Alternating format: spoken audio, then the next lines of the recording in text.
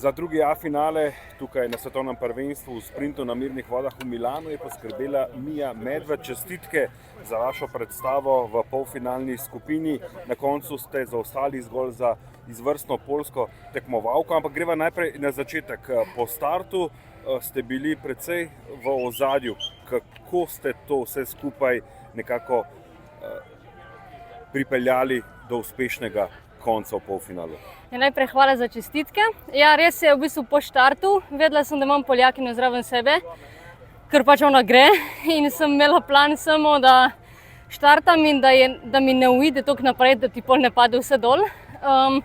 Ampak jaz nikoli štarta, se mi zdi, nisem v ospredju. Tako da sem nekako štartala tako, kakor sem pač ponavadi.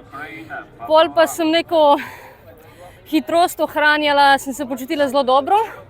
Mi ni bilo tako težko in potem po 200 metrov, no, smo bile še kar skupaj.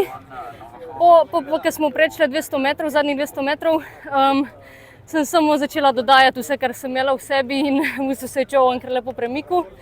In potem sem samo upala, da zdržim do konca, čeprav zadnjih 50 metrov se mi je kar vleklo. Ampak ja, tako da na koncu sem prišla druga in sem zelo vesela. Čas tudi hitrejši kot v uvodnih kvalifikacijah. Kako je s tem z razporejanjem moči na 500-metrski razdalji, ko veš, da si nekoliko v ozadju, pa potem čutiš oziroma staviš vse recimo na zadnjih 200 metrov?